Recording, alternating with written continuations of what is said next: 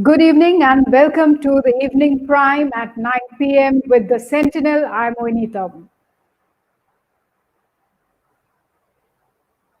And the top headlines at this hour: Assam schools reopen, very few students turn up, attendance continues to be thin on day one of Assam schools reopening.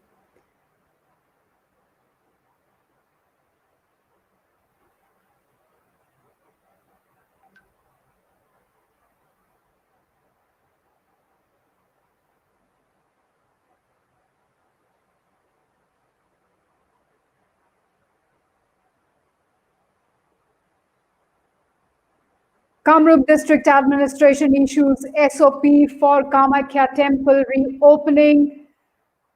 The district administration has said temple to reopen on September 24th, but Kamakhya authorities say they are going to take a little longer to make all the arrangements. Well, the Kamakhya temple authorities have said that they will take at least 7 to 10 days to put all the COVID protocols in place before they could actually reopen the temple. Let's take a look at the next headline.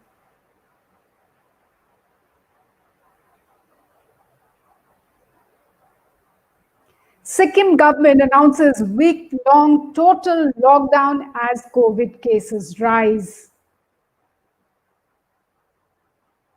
Week-long total lockdown in Gangtok as the number of COVID cases continue to rise in the hill state.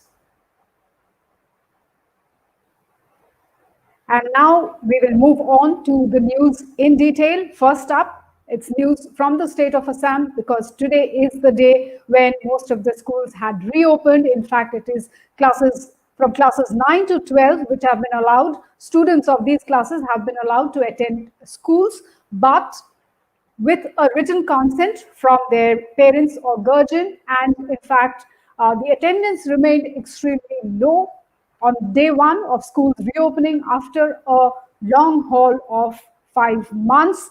Our team of reporters were there visiting some of the schools across Guwahati city, and this is the report they had filed. In fact, they were there at the TC Girls High School in Guwahati and also the Ulubari High School also in Guwahati city. They went around, our reporters went around to take stock of the attendance on day one. Like I said, this has been done following the Ministry of Home Affairs guidelines, which were issued as part of Unlock 4.0. Keeping in line with those guidelines, the government of Assam had also allowed government schools to start classes, but there has been extensive SOP, detailed SOP, which was issued earlier before starting the classes. And classes 9 to 12, the students only of these classes have been allowed to attend schools, but like I said, subject to permission, a written consent from parents and guardians. But of course, the attendance, like you saw, the attendance was really, really low on day one. And as far as private schools are concerned, the government has allowed them, allowed the management or the authorities of private schools to take a decision on their own. Now, moving on to other news, the Kamrup District Administration has issued SOPs, standard operating procedures, and guidelines to be followed after the reopening of Kamakhya Temple. According to the district administration, they have fixed September 24th, that is day after tomorrow, as the opening for Kamakhya Temple. Those are some of the major guidelines on your screen. Online passes will be issued, and only up to 500 devotees or people would be allowed inside the temple premises on a daily basis, which means every day only 500 visitors will be allowed. Every devotee will be given just 15 minutes time inside the temple. Online passes to be issued by the temple authority. The number of online passes to be issued has been limited at 100 at one go. The temple authority will have to keep that in mind, that not more than 100 online passes are to be issued at one go. There will be several check gates and screening points which will be set up. The police authority will have their own entry points where screening and tests will be done before allowing devotees to enter the temple premises. The SOP also in detail talks about the private vehicles parking, the commercial vehicles parking, and also the protocol to be followed by every shopkeeper around that area who sell articles that people usually buy while going into the temple. And the SOP also mentions that the homestay in houses and other buildings around that area will continue to remain shut. The details of the SOPs are available on our website, sentinelassam.com.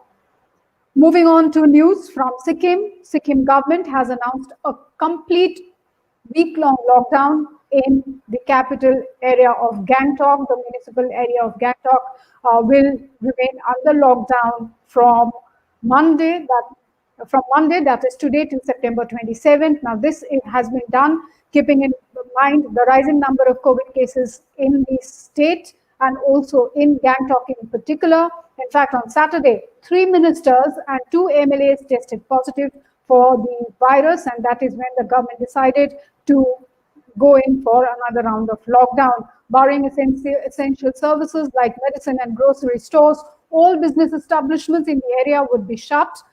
And in fact, the number of cases in the state has gone up to 2,342, and the death toll has mounted to 28.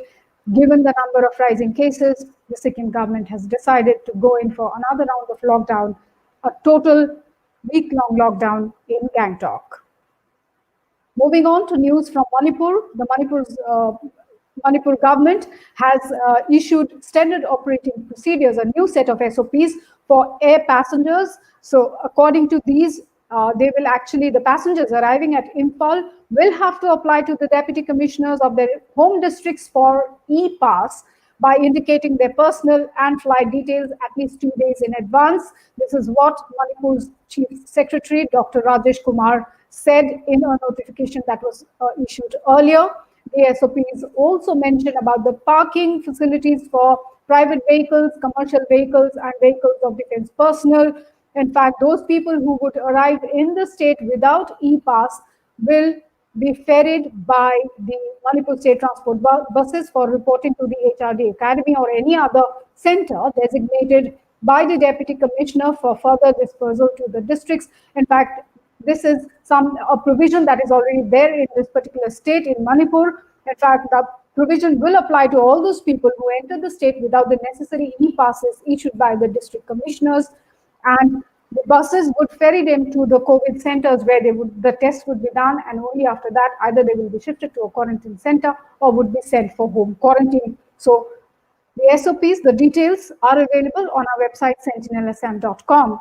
Now, moving on to some national news from the parliament. 8 MPs of Rajya Sabha were suspended. The MPs, in fact, refused to leave the house today, and there were a lot of noisy scenes that Rajya Sabha witnessed. And finally, Rajya Sabha had to be adjourned for the day today. The 8 MPs, including Derek O'Brien of TMC and Ripun Bora, the Assam Congress president, are among the 8 MPs who were suspended because of their unruly behavior during the passage of the Farmers' Bill. Now, the 8 MPs, the 8 Rajya Sabha MPs, they refused to leave the house, but finally, later on, they came out of the house and sat within the parliament complex. They sat on a dharna. Those are the pictures on your screens, viewers. They were carrying those placards saying, "We will fight for farmers." And in the meanwhile, the opposition were busy shouting slogans, and they protested extremely loudly, forcing the adjournment of the House till tomorrow. That is the update from the Rajya Sabha. Now, moving on to some good news as far as women officers in Indian Navy is concerned. Sub-Lieutenant Kumudini Tyagi and Sub-Lieutenant Riti Singh will be the first women combatants who will operate as specialists on board Navy helicopters which operate from the deck of warships. In fact, this is the first time that there would be women officers. Those are the pictures of the great women officers from Indian Navy who would be the first ones to be on board Navy warships. Though women have been deployed as logistics and medical officers on board Navy fleet tankers, they have not been a part of the crew on board destroyers or frigates for lengthy durations due to a host of reasons. Some of those include the lack of privacy in crew quarters and the availability of gender-specific bathroom facilities. Now, these has been some of the genuine problems, which is why Indian Navy avoided having women officers on warships. But now this is set to change.